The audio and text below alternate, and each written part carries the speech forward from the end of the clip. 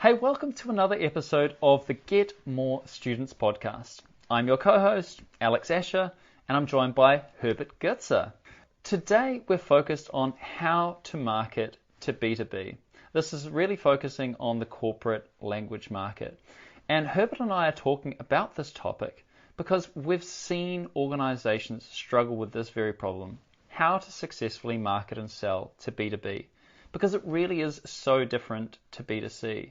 And one of the reasons we're exposed to this is that I run LearnCube, and we specialize in helping online language schools and tutoring businesses to grow their business with our virtual classroom and online school solutions. And one of the reasons that LearnCube, we're so exposed to this is because we work a lot with these corporate language companies, including Kern Training and Babbel B2B. So we really have a lot of exposure to what works and what doesn't. And interesting, Herbert, you've also got a lot of exposure to this and see it from both sides. And interesting, Herbert, you've also got a lot of exposure to this and see it from both sides. Exactly. Yeah. Through my advertising agency, we help a lot of language schools and education businesses get more leads and enroll more students in their courses with paid ads. And we're always trying to find solutions for schools that target B2B, so selling language courses to companies. And I love this segment, so excited to talk about it today.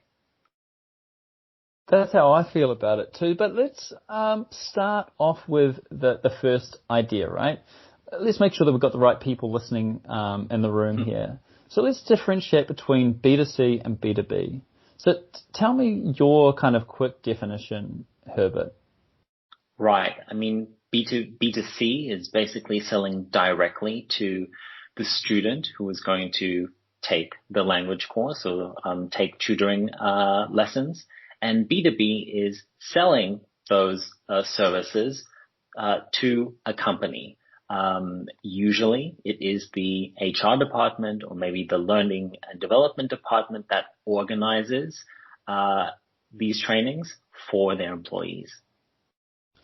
That's it. And so I always differentiate as well, just the simple idea that usually the student or the parent's paying for B2C, and otherwise it's usually the company is paying. And so the buyer is incredibly different, and they require different things in so many different areas, and that's what we're really going to unpick today. But one thing, just to provide some context to this, and this will change depending on when you hear this, but certainly B2B was a market that everyone had picked to be devastated by COVID-19. A lot of people look back at the 2008 crisis. Hey, budget's going to be white, business is going to be absolutely battling. And many of what was kind of surprising is actually, at least at this point in time, we're not seeing that sort of mass devastation to budgets. And actually, a lot of those paused budgets are now being reactivated. But what's most important, that one of the biggest changes to this market is the fact, one thing that hasn't changed is people haven't gone back to the office, by and large, almost across most countries. And even the ones that are going back, most of them are only going back a couple of days.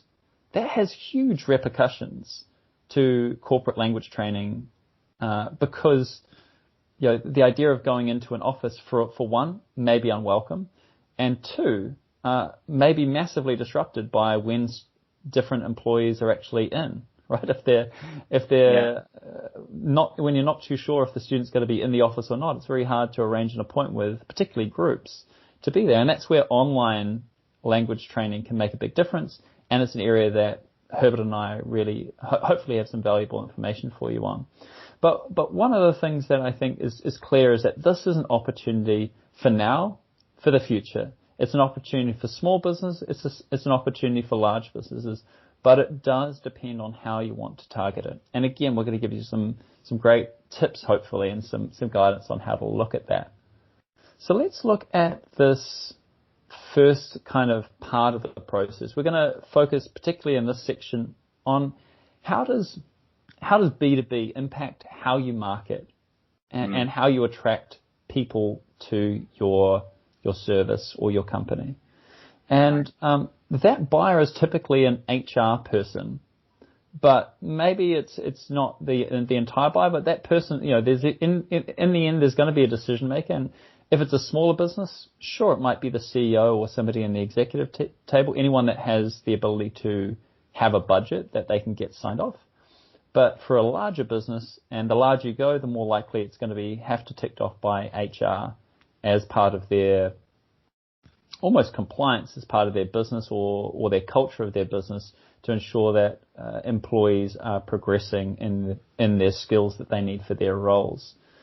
Yeah. So the first big question is, how do we find these buyers and where do they hang out? And Herbert, this is an area that you might be able to start, giving us a bit of light on.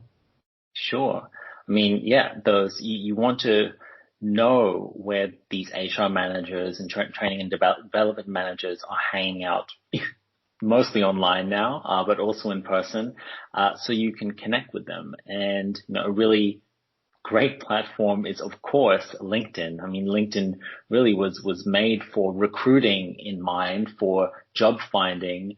And of course, these HR managers are actively using LinkedIn. So your decision makers are most definitely on LinkedIn. I think in terms of social media platforms or online platforms, that should be an area that you should be focusing a lot of your time on if you want to, market your courses to this segment of the market. Makes total sense. One of the questions I had for you, Herbert, was they don't just hang out on LinkedIn as well. So what are some of the other places that they might be, and where might you find them? Right. I mean, there are also professional development, training and development conferences and events. It's different for every market, for every country. So you want to look out for that and try and attend them as a service provider. Companies are always looking out for new and improved ways of servicing their employees to get better employee retention or satisfaction, or to increase the skills of their employees. So you definitely want to be present where these HR managers are congregating. Of course, through networking, through your kind of local organizations, kind of getting the word out there through traditional means as well. That might be newspapers and brochures, but as well Google, of course, because if an HR manager is looking for a very specific course, let's say for their legal department, and they type in legal English courses, then if you spend enough time improving your SEO and your website content, or if you run Google Ads, then you will also pop up into their search results. Yeah. So being able to hang out where they are is a key factor, and I think we've given hopefully some good ideas of, okay, where might that be? So then what can we do to signal that we're the company for them? How can we signal to them that we're the one that's going to deliver the best language course or service for their needs? Right. I mean, should we maybe take LinkedIn as an example? Since, this is a great platform and a free way, basically, to connect with those decision makers. I mean, LinkedIn also has paid ads, but I would recommend at the start to do it organically. Mm-hmm. And to really do that is to optimize your LinkedIn profile, your personal LinkedIn profile, to make it sort of like a landing page, like kind of an in-between between your real website and kind of a business card. So you want to have a clear and friendly profile photo, have a banner that clearly defines what you do and what you offer, and your about page or your description or summary should also be about your customers' pain points, their needs, and how your company, your school offers a solution to them. Usually, a lot of people write in that little blurb everything about their university life and what they've accomplished, blah, blah, blah. No one's interested in that. They want to know how you can help them. That's totally right. I mean, one thing that I think is an easy trap for people to fall into is, to be fair, that's what LinkedIn encourages you to do, which is to treat it like a CV of your life. But actually, if you're using it from a business perspective and you want to see a long-term future, and to be fair, if you're doing B2B, this is a long-term journey for sure, as part of in terms of where the organization is going.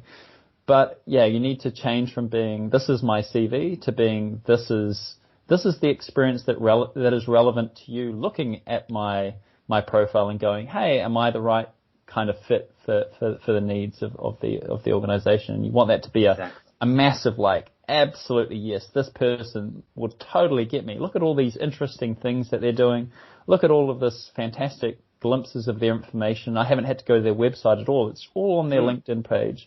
Like, you could put articles that really articulate the way that you deliver your education, all of those things, posts. It all gives a massive, quick indicator of, yep, are you the right person for me and my business? So I think it's a massive tip, by the way.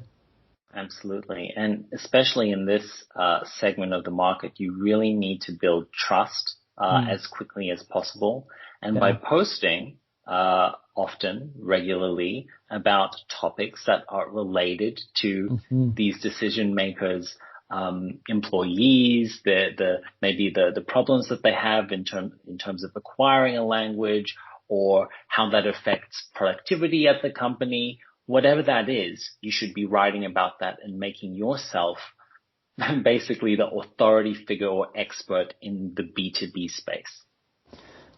One other way I kind of think about it, Herbert, is just as when you meet somebody in person, we tend to do it unconsciously, but then, as you become more kind of practiced in sales and marketing, you may want to do it a bit more consciously. But what do? You kind of, copying is not the right word, but you're kind of echoing each other. You're kind of trying to get on the same wavelength. We even use those terms, like trying to get on the same wavelength. Exactly. And how do we do that? We start talking about things that we're both interested in.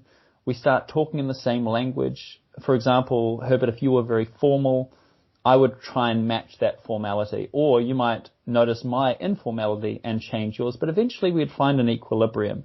And everyone's looking for that in an in-person experience, and it's the same online. Your LinkedIn should help you get on the same wavelength with the viewer as fast as possible. So are you using the same lingo that they're using? So do you say, human resources manager, or you just say HR managers? Simple clues like that give like a cookie crumb between you and them that allows you to feel that sense of trust. And that the whole point is right. If they're looking at your profile, it's like, yep, this is a profile I should be on. It's not like, oh, damn, caught out again, another thing that's completely irrelevant to me. Exactly. And that seems a good segue to go on to the next part, Herbert. So how do you use LinkedIn, not just as hopefully they'll come and find me, but how do we use that to reach out to people? Exactly. I mean, you can use LinkedIn very effectively to reach out to these decision makers, simply by searching for them, searching HR managers in your city or in your area, and identifying, the companies that you'd like to target, whether that be small to medium-sized businesses or larger corporations. We'll talk more about the differences between those a bit later, and then connecting with them. And what I mean by connecting is not sending them a message or an email saying, oh, we are ABC Language School. We offer this and this and this. Would you like to buy our language courses? No. You need to build an authentic relationship by connecting with them and building rapport. That's totally right, because on that link, like if you just use LinkedIn as a way of just literally interrupting them, which is, you wouldn't do that at somebody that was sitting across from you on the table. You wouldn't just suddenly interrupt and say, hey, here's my business card. This is what I do. See ya. You would hopefully go over to that person and say, hey, there's obviously something here that's really interesting for us to talk about. it might not be the right time now, but there will be a time where we should connect. And then the second thing is when you're using LinkedIn messages, like in-mails, I've personally found them dubiously effective. I think unless there's something really present there, I haven't found them that useful. But connections is absolutely the starting point because it gives you ongoing visibility to them and them getting ongoing visibility to you. And so even when you're not directly talking to them, you're building that trust and that connection so that when you do send that eventual message in LinkedIn saying, and it may be even as direct as you would have done it before, there's now trust, you're no longer such a stranger, and there's an ability to even consider what you might be offering. But you've got some great tips here on like how, so we've searched, we've now found a whole bunch of different clientele. I don't think we mentioned it specifically, but there are like paid features in LinkedIn, including Sales Navigator, where you pay for it. I actually think it's quite well worth it, particularly if this is the space you want to operate in. Yeah, it's a good investment. Totally, because then you can really target the kinds of customers that you want to. You then reach out to them with a connection message. Now, this is where you've got some great tips for us. What does that connection message look like? And then what happens afterwards, Herbert? Right. I mean, the connection message needs to be very non-threatening. Just a hi. I saw that you were, in the city that you're both in, or oh, you're also in this space. You're also working here. I hear great things about the company. It'd be great to connect. You're not asking for anything. You're not pushing anything. You just want to connect. And then once they accept your connection request, then it's time to engage in conversation with them.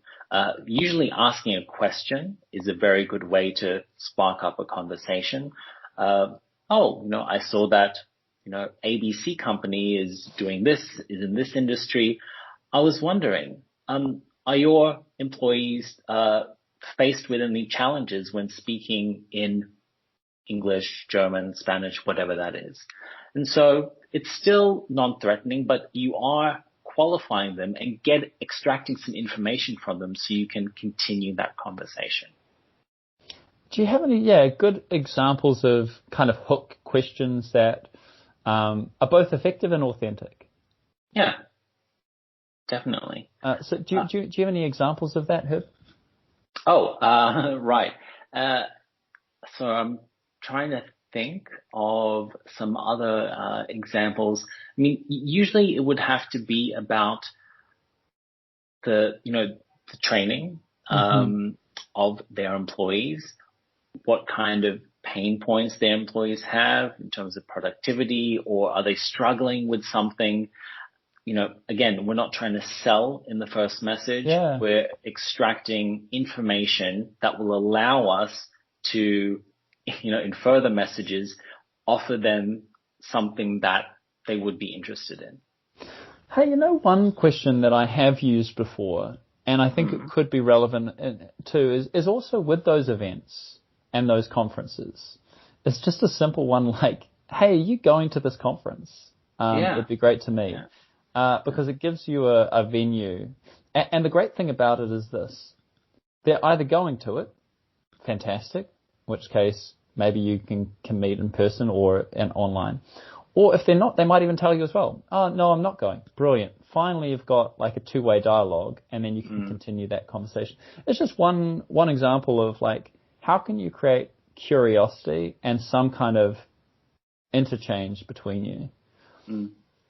One of the things so we've kind of talked about this idea of connect and then sort of a hook message. And then, Herbert, tell us about what happens next. Let's assume that we get crickets. Nothing happens. We send that first hook message.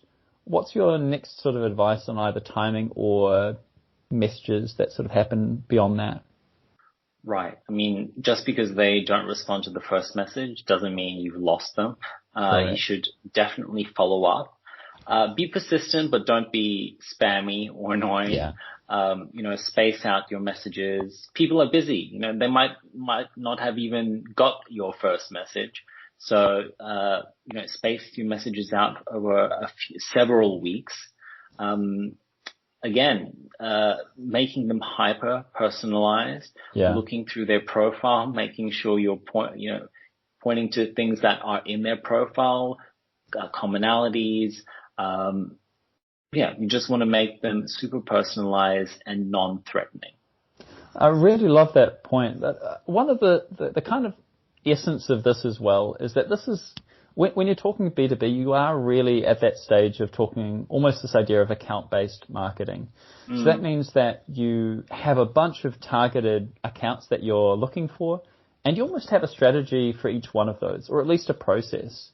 And so that might look, so there'll be a high-level kind of strategy, which might be, these are the things that I'm posting. It's about showing I'm on the same wavelength. It's about showing that I'm present in their markets and that I'm engaged. And it could include content that's just relevant to them in general. So not necessarily to language learning, but actually to the particular industry that those accounts are in. And then the kind of next level down is particularly on their kind of same role and same industry. And then the next tier down in terms of that, even more personal, is I'm looking at their profile, I'm seeing what they're posting, and I'm engaging right back with them, because they might also be posting, which is a great way for you to kind of hit the tennis ball back and say, hey, I'm here too. A simple like and a comment can be all the difference between very effective. Very effective. And it could just be echoing what they're saying, not being kind of schmarmy or kind of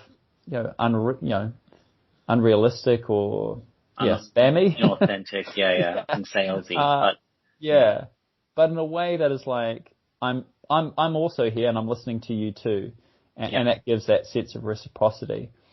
But then you really need to have the kind of next part, which this sort of then moves from like marketing, which is kind of how people know about you, and then the sales process, which is how do people actually go from knowing of you and knowing about you to going down a process which might lead to you or the company that you work for delivering that experience. So account-based marketing, that means you need to know what market you're going for, which means not every business. Same way that we sort of hear that, who's your target market in B2C? Oh, everyone. Same problem if you go B2B. Oh, who's your target market in the B2B space? Oh, every business. All companies. Right. Yeah. And if you haven't heard our episode on how to choose a niche, you should definitely listen to it. And it's just as relevant for the B2B space. Absolutely. Yeah. In fact, how would you, before we go on to our next section, which is going to look on how B2B impacts the sales process and the delivery process, what are the different ways you can kind of break down that B2B space, in your view, Herbert? Right. Obviously, by geography, so focus on businesses in your region or city. You could also focus on businesses that you have or industries that you have an affinity to. For example, if, you have a lot of lawyer or ex-lawyers on your team, or if you were a sales manager in a previous life, then hey, it might make sense to focus on sales teams at companies, or sales-based companies. The limits are endless, so the options are endless. You really want to niche down, even in B2B. That's right. So geography is kind of one major segment. And we sort of talked about this on our previous conversation about niches. If our geography goes up in terms of we're very broad with our geography, then our specialty needs to narrow. We need to get much, much clearer. And it just opens up all these wonderful opportunities. If you're that sales manager, then that ex-sales manager teaching language training, then also you've got these wonderful opportunities to maybe partner with those that are doing sales training, actually on sales. And maybe you could literally just piggyback on every one of those trainings has like a language segment for those customers.